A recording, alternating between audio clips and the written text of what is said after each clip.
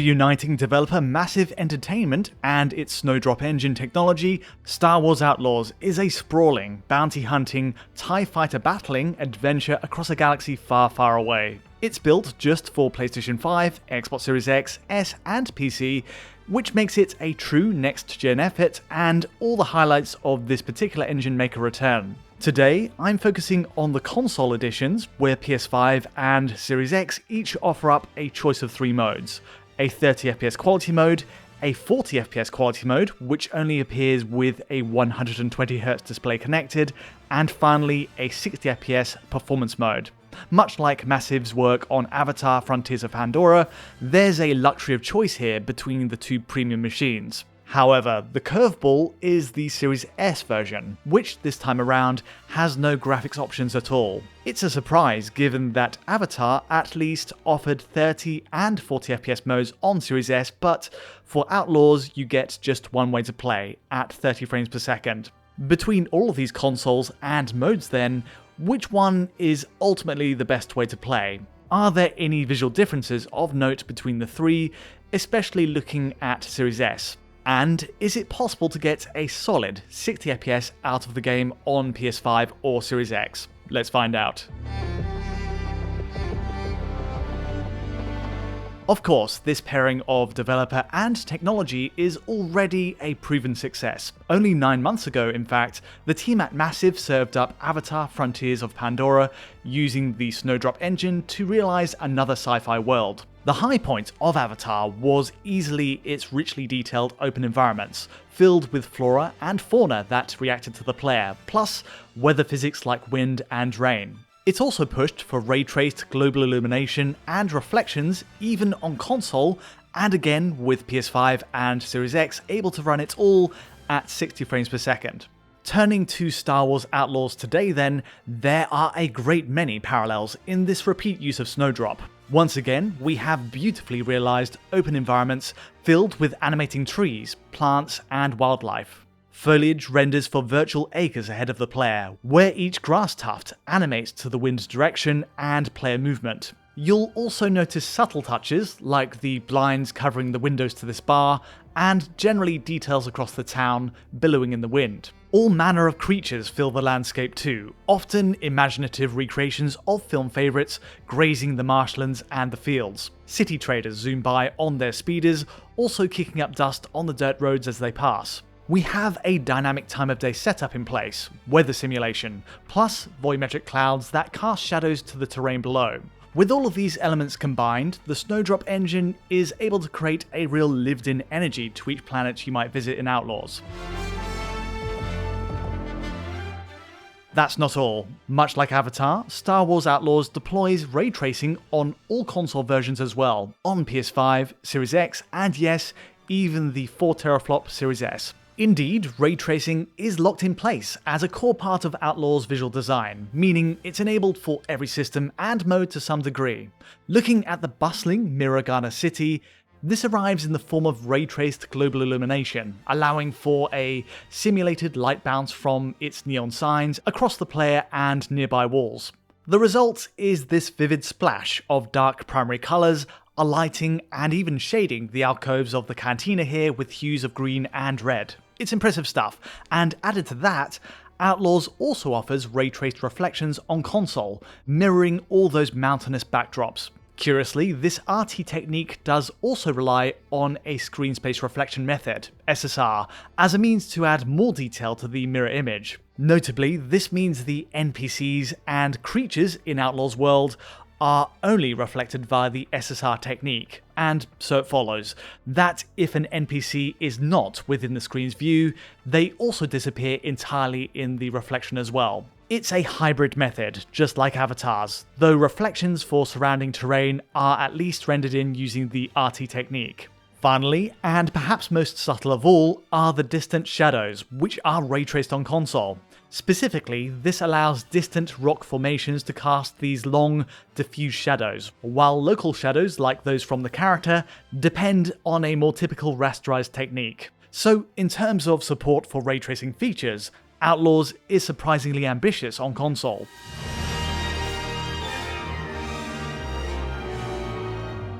Between its huge city areas, the open outdoor environments, and even space battles, Outlaws presents as an authentic Star Wars package. Still, in the build-up to these high points, it's difficult to ignore a few rough spots. First impressions aren't always glowing, and in the first 2 hours, the game design finds itself in tedious, linear, and overly familiar territory as it onboards you with its controls.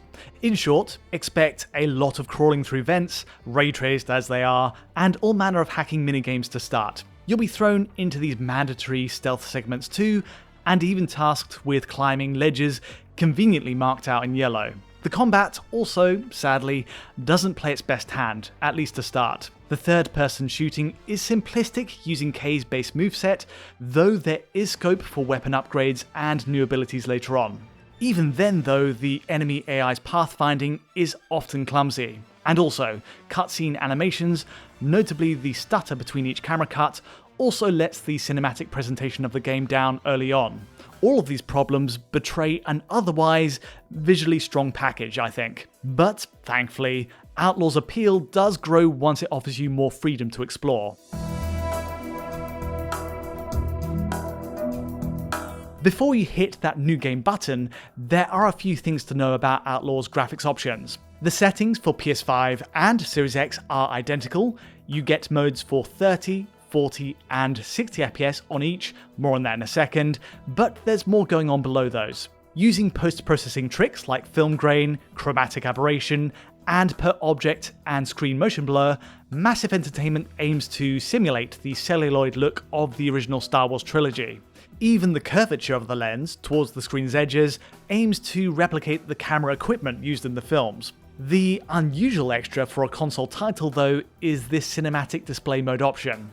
Here you get a choice between an ultra-wide 21:9 view, similar to, say, Hellblade 2, and also a more traditional fill-screen mode, which fills the usual 16:9 aspect ratio of modern TVs. By default, Outlaws boots on this 21:9 mode, but don't be fooled into thinking you get a wider horizontal field of view out of it. Ultimately, this mode only removes screen visibility to the top and bottom of the screen via black bars, where by comparison, the fill screen mode, the 16:9 option, actually adds more information to the frame. By selecting the fill screen mode, K's body is no longer at times chopped in half while crouching behind walls. You're able to better see the skyline and upcoming enemies with the vertical space opened out. In other words, in terms of sheer playability, you only benefit from using the 16:9 option.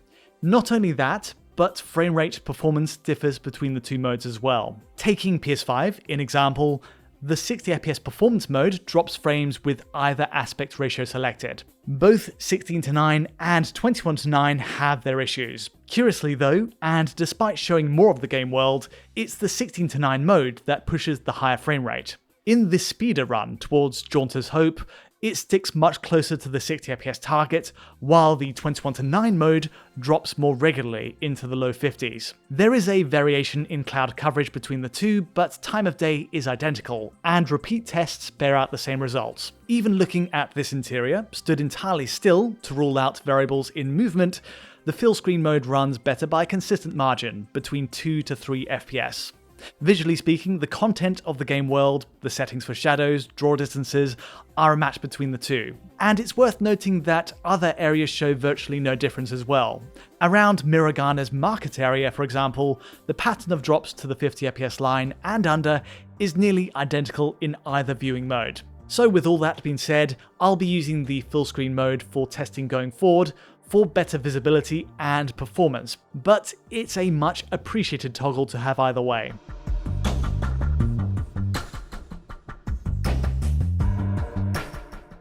Let's look at the modes next. Taking Series X in example, this time we have 3 graphics modes where ultimately the main difference boils down to image quality. All of this applies to PS5 and Series X alike. The 60 FPS performance mode uses a dynamic range of 720p to 1080p, the 40 FPS quality mode jumps to a higher threshold of 936p to 1252p, and finally, the 30 FPS quality mode is able to afford the sharpest image at between 1134p and 1620p. Much like Avatar, all of these figures change rapidly, almost by the frame, and are reconstructed using FSR to a 4K target or a 1440p target in the performance mode. Also, and not to get too far ahead of myself, but Series S on its single 30fps mode runs at between 720p and 1080p. In every case, the game almost demands that the motion blur option is enabled, just to disguise FSR reconstruction while panning the camera. Even then though, it does sadly still have issues in resolving to 4K.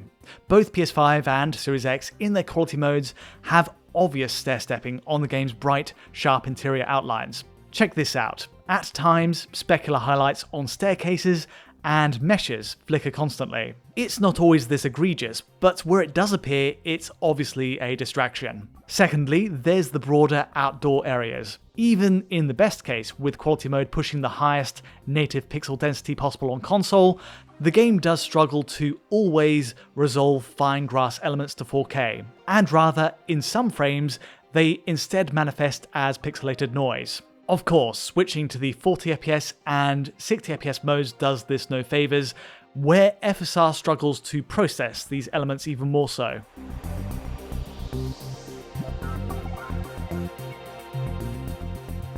Comparisons between each mode reveal a few other tweaks. Shadows, volumetrics, textures, and most other settings stay intact, but grass density drops a setting in targeting 60fps.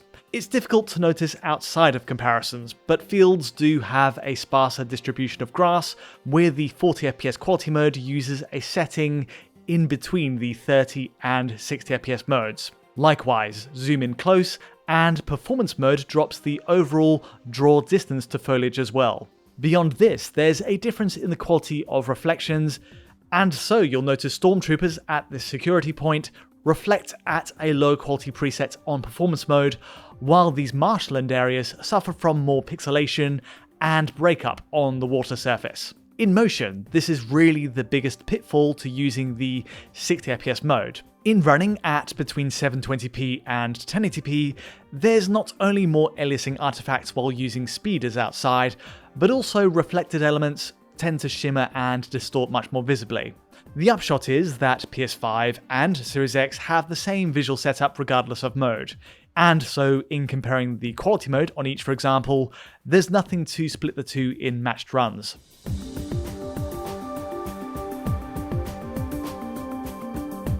One final word on Series S's visual quality. In effect, Series S runs at similar settings to Series X and PS5's 60fps performance mode. That is, with the same lower foliage density, draw distances, and a similar quality preset for reflections. The big catch being that it, of course, doesn't run at 60 frames per second and instead settles at 30fps. In comparing Series S to the 30fps quality mode on Series X, you'll see this rift in overall image quality as a result, and all those chopped settings. On the plus side, sweetening the deal is the fact that all ray tracing features are included on Series S, such as RTGI and reflections. So putting the resolution drop aside, it does hold up surprisingly well in its solitary 30fps mode. The one difference in terms of ray tracing quality is it appears the BVH structure for RTGI is reduced on Series S. Note how the red light bounce ahead of the cantina here only calculates closer to the camera. The area ahead stays dark as we approach and renders in with a delay compared to Series X. Still, it is present and correct, and in the context of what we saw with Avatar, these are all trade-offs we'd come to expect from Series S and the Snowdrop Engine. Switching to performance testing, the default 30fps quality mode is an easy one to summarize. Both PS5 and Series X run this almost flawlessly at the target, though Outlaws doesn't quite put its best foot first.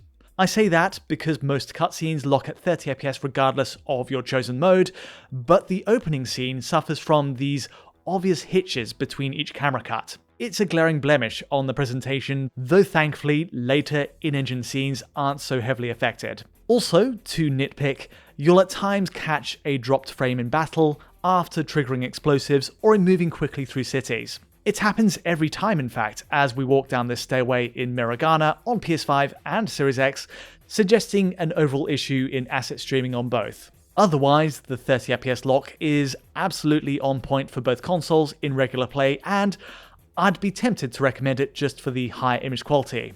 The only difference between the two really is that Series X uses adaptive VSync, allowing for this occasional torn frame at the top of the display, while PS5 is fully VSynced throughout. Really, in speeding through open terrain or moving through complex NPC-packed bars, there's rarely an issue in holding at 30 on either console, and the tearing on Xbox is largely invisible.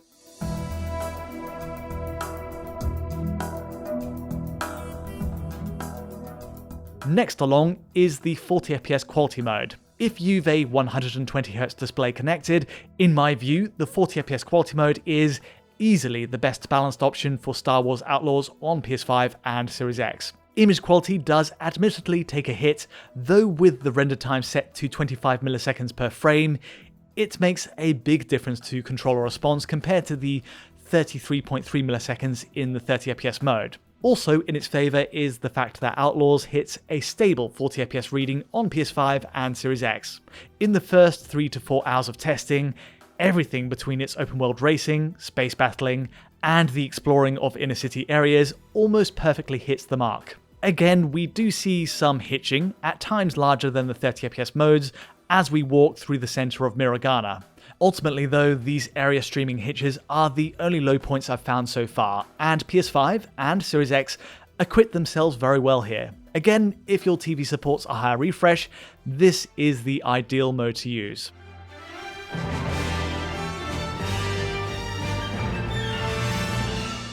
Rounding out PS5 and Series X testing is the 60 FPS performance mode.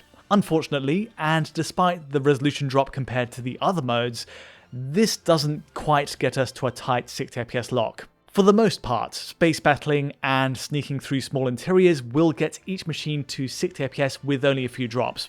Those really aren't an issue on PS5 or Series X. The trouble spots though are more so anything to do with navigating big cities and speeding through landscapes at pace. To demonstrate, here's a split-screen view of both consoles charting the same course through Miragana. We're at the 50 to 60 FPS range on each, and the readings are broadly matched. At times PS5 goes ahead, at others it's a Series X lead.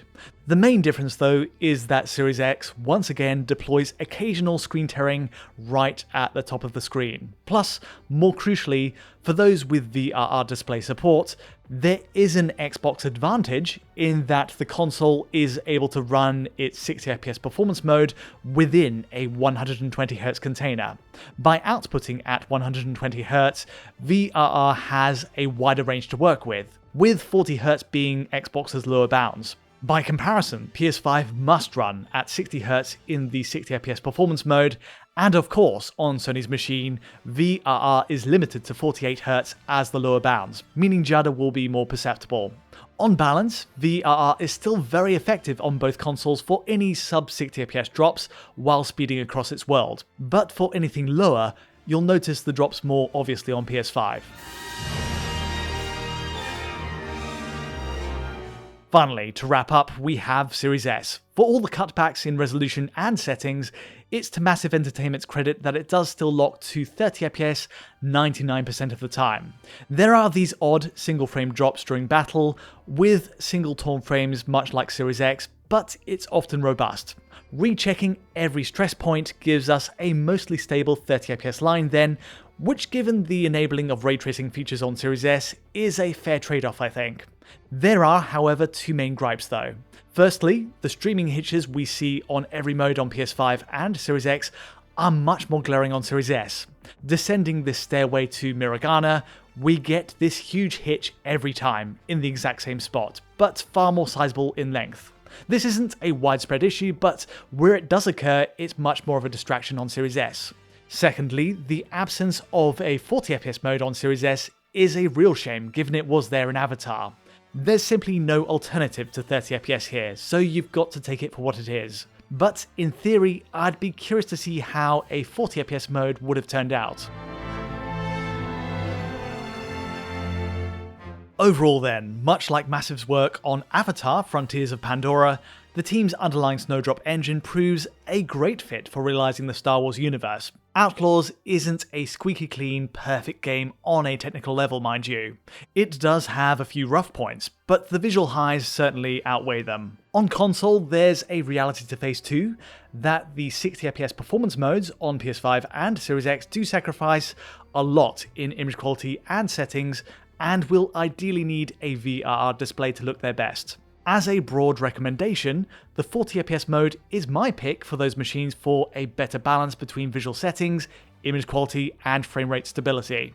That we do have such a great suite of options here, even including that cinematic 21:9 mode, is entirely to the team's credit. All of which is to say, barring the 60fps mode, it's a well-optimized effort on today's consoles, with plenty of room for future hardware revisions and PC to go much further. But that's all from me today. If you did find this video useful or insightful in any way, feel free to like or subscribe, and don't forget to hit that bell for instant notifications as any new video lands.